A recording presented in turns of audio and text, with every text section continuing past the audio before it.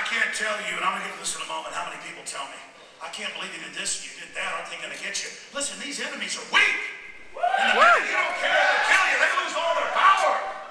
I don't want to die, I want life alive. I want to stay with my wife and children, but you kill me, you only give this system against you 10 times the power, and that's why they haven't killed me yet.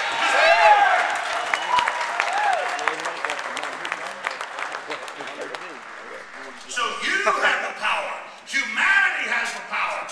We have the power. What would make these criminals put poisons in our food and water to try to blind us and fog our vision?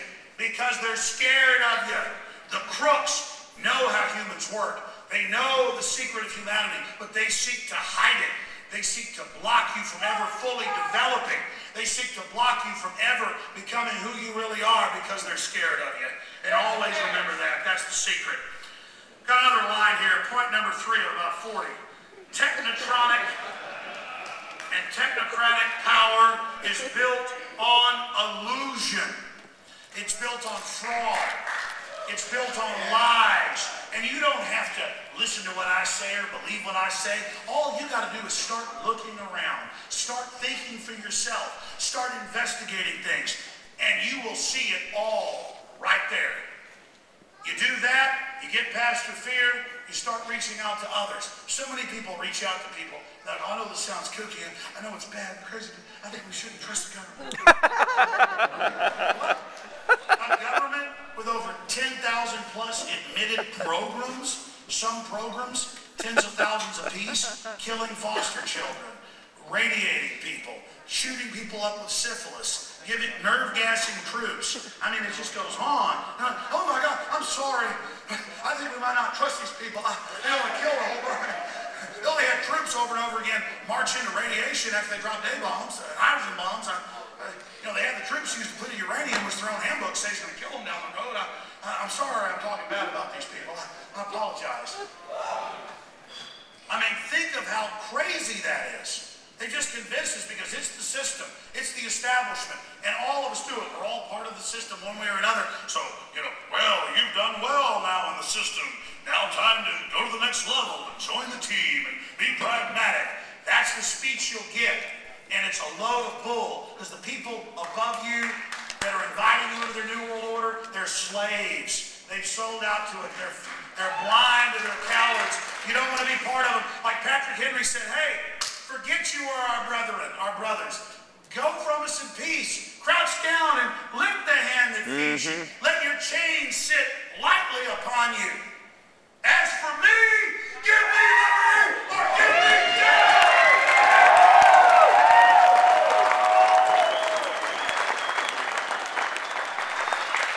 You don't think the central bankers, through fraud and just fiat garbage they made up and paid politicians to say was money, took over? And when I can't believe we took over with this con game. What are we going to do? We got some scientists say start poisoning the water, it'll dumb them down. We can get rid of a bunch of them and they won't wake up to this. This is really a good deal. We got some scientists that say they can make you live forever too. Well, let's kill all these people. I mean, listen, the Romans did it. Every culture went in and wiped out everybody they conquered. I mean, this is just being done high-tech to everybody. And they just zombify you. They wipe out your mind. They wipe out your soul. But humanity is so strong, despite this fog we're walking through. Despite everything they've done to us, we're still here. And you know what? It's going to boomerang on them. Because once humanity knows it's under attack, and once humanity knows what's going on, nothing on earth is going to stop us. Nothing.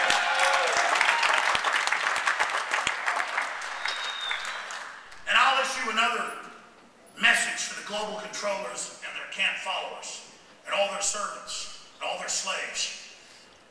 We're not just trying to save humanity here. You people are clearly going to destroy yourselves. I covered that earlier. I mean, the genetic engineering, the weapons, the antimatter weapons, all the crazy stuff you guys are doing, trying to one-up each other. Oh, really? You did that? We just produced something that'll kill 99% of people who release it. Oh, that's really great. Oh, you've got underground bunkers to protect you from that. You're going to be down in the bunkers with a bunch of people like you? You vampires only exist off of us. Can you imagine some crypt a mile under the ground or under some mountain with all these vampires who've killed us and they succeed living with each other? I don't think they thought this out.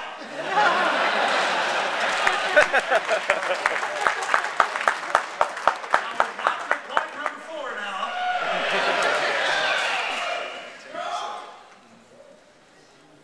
And I already pretty much covered this 3 times, so I'll just make it brief. What does waking up mean? What does waking up mean? It means you're no longer in a dream. Like George Carlin, he said, yeah, it's the American dream, because you got to be asleep to believe it.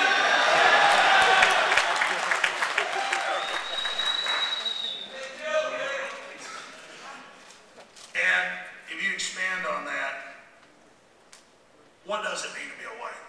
It just means you look into things. It means you don't just automatically buy what you're being told. It means, again, people say, oh, Alex Jones will believe the way he wants. Believe the way I want. I mean, I'm so tuned into what's going on in the world, I can't even handle the stream of information. I'm more like an egg frying on a pan or something. Talk about brain on drugs, talk about brain on reality. I know why people tune out of reality, because it's hardcore. I don't need any drugs to take a ride on this machine. And I'm not just talking about the ugly things in the world. Let me tell you something, I watch my young daughters running around playing games or drawing or fighting with each other. I mean, that's entertainment. These are happy, energetic creatures. My son, these are beautiful creatures, just like every other child I see. That's the spirit of humanity. That's what humans are before the world corrupts them. And that's the thing that makes me the sickest. The way this global system seeks to corrupt our youth and turn them against their parents. And the way Madison Avenue, you know, we're winning. But when we really win is we realize status means nothing. How much money you make means nothing. Nothing. What matters is your heart and your soul and what you stand for. That's the value. That's eternal.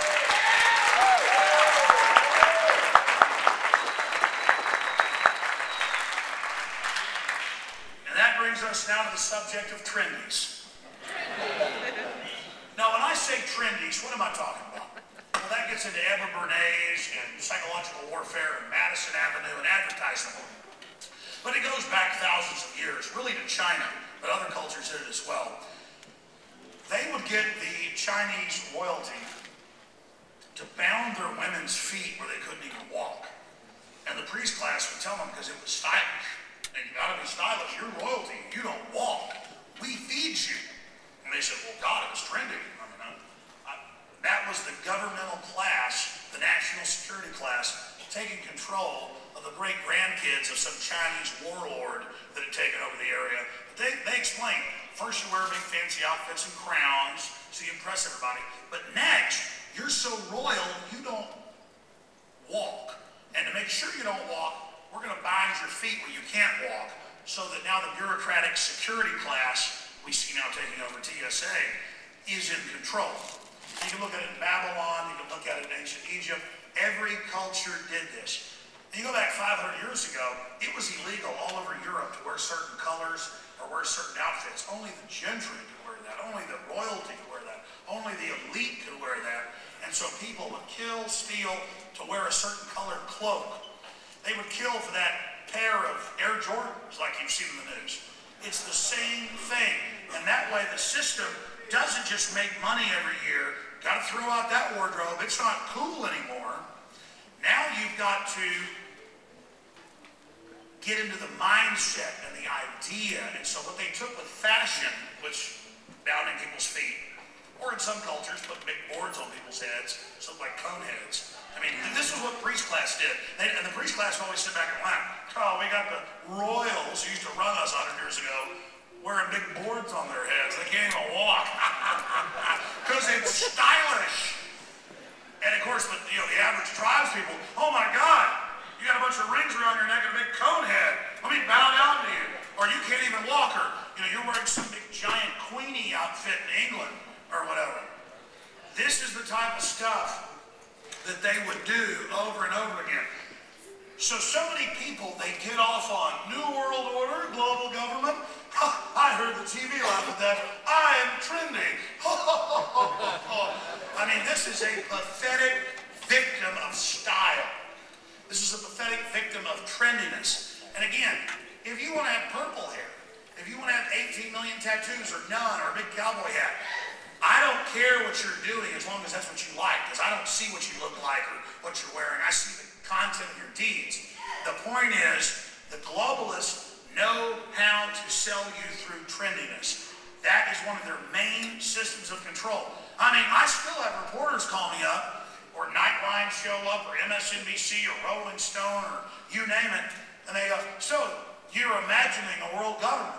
And I go, well, let me take you to a computer and say, I don't know, a couple thousand mainstream articles saying world government's been established. And they go, oh no, we don't want to look at those. Literally, no. Nightline, like ABC Nightly News host, looked at me. He said, no, we don't want to look at those. We just want to ask you about why you think it's real. And I said, like a year ago, I said, I'm not going to do this interview unless you come and watch this. So I showed him Al Gore, the head of the EU, Herman Van Rompuy, British Prime Minister at the time, Gordon Brown, George Bush, world government. I showed him what the world government means, corporate fascist state. He looked at me, he said, this happened in my office. He goes, they don't mean the same world government as you. And then I'll have Media Matters call me up. Ring, Media Matters. It's the editor of Media Matters. I go, oh, you're funded by George Soros. No, we're not, Alex. I pull up the Federal Elections Commission stuff, and they're funding it, the different filings for nonprofits. I go, well, it says $1 million here, $1 million there. I mean, it shows he's the head guy. And they go, I mean, here's my biggest frustration. These people operate in a world where they're just used to everyone not knowing the three branches of government, not knowing anything. And then they just say, there's no world government. They go, there's no world government. I read these police training manuals. They come in daily now. And it's like, if they talk about a world government run by banks, I've actually seen one that says, go ahead and bring them in. And chiefs, don't get mad if your guys bring them in, because they're probably terrorists. I mean, you can watch European C-SPAN, those different feeds. It's all world government, mega banks taking over, but they're telling the cops, if somebody talks about this, go ahead and arrest them. They're probably a terrorist and they want to kill you. But see, it's having an opposite effect. As people wake up to the hoax, as the world wakes up to this fraud, it has the opposite effect, because they're like, well, everybody's saying world government, but you say it doesn't exist. The minute the public loses their trust in this system, it's over. The system has gone so over the top that that's their weakness. And so the question is humanity scum? Is humanity weak? Will we give in to this technological tyranny? Will we be conned by it? Or can we see through this elaborate giant hoax? Because it was Hitler that said, the bigger the lie, the better, the more they'll believe it. And so when something is so giant, so huge, and everyone around you who's a bunch of trendies who goes along with whatever's said because they're in the in group, they're yes men. They make being followers and yes men cool. That's what trendiness is. When all the trendies are saying it must be that way, you've got to be the person that says no. But you can't do it in a timid way. You are literally fighting for free humanity and talking to someone who's in a zombie-like state. And so how you deal with them is your prerogative. I agree with Jim Mars that sometimes it's good not to preach, but just to ask questions. But in my humble view, on average, it's best to hit somebody in the head with a 2x4.